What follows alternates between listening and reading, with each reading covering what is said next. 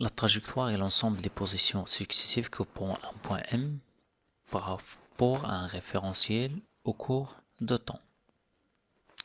On distingue trois trajectoires essentielles, trajectoire qui est rectiligne, circulaire et curviligne.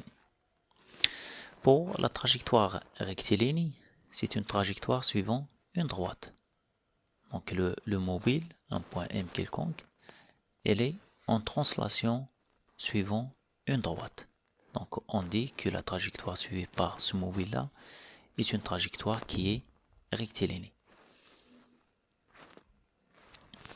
La trajectoire circulaire, donc c'est une trajectoire qui décrit au cours de mouvement de mobile, elle décrit un cercle dans un référentiel quelconque. Si on prend par exemple un référentiel lié à la Terre par exemple, la Lune au cours de son mouvement autour de la Lune, elle décrit un mouvement qui est à une certaine approximation, peut être considéré comme étant un mouvement qui est circulaire. Donc elle décrit un cercle autour de la Terre.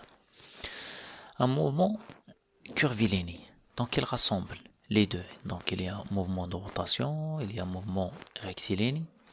Donc on dit que ce mouvement il est curviligne. Donc c'est une composition de mouvements de rotation et de mouvements de translation rectiligne. Donc chacun de ces types, il doit avoir une équation qui le décrit. Donc c'est ce qu'on appelle l'équation de la trajectoire. Par exemple, l'équation d'une trajectoire qui est rectiligne et de la forme de l'équation d'une droite. Y égale à x plus b. Circulaire, trajectoire qui est circulaire, c'est l'équation d'un cercle. X carré plus y carré est égal à a carré ayant un rayon qui est égal à a. Donc un cercle de rayon a. Trajectoire elliptique, c'est une équation d'une ellipse ayant trois demi-axes A et B. Le grand axe A et le demi-grand axe B. On va prendre une application qui est la trajectoire de point M dans les coordonnées x est égal à a cosinus oméga t et y est égal à b sinus oméga t avec oméga et r. Oméga et A et B sont trois constantes plutôt. Donc c'est B et A. Dans ce cas-là, on a x est égal à a cosinus oméga t, y est égal à b sinus oméga t, avec a et b sont deux constantes. Si on élève au carré x sur a, donc x sur a au carré, plus y sur b à la puissance 2 est égal, donc x sur a c'est cosinus, donc c'est cosinus au carré de oméga t, plus y sur b est égal à sinus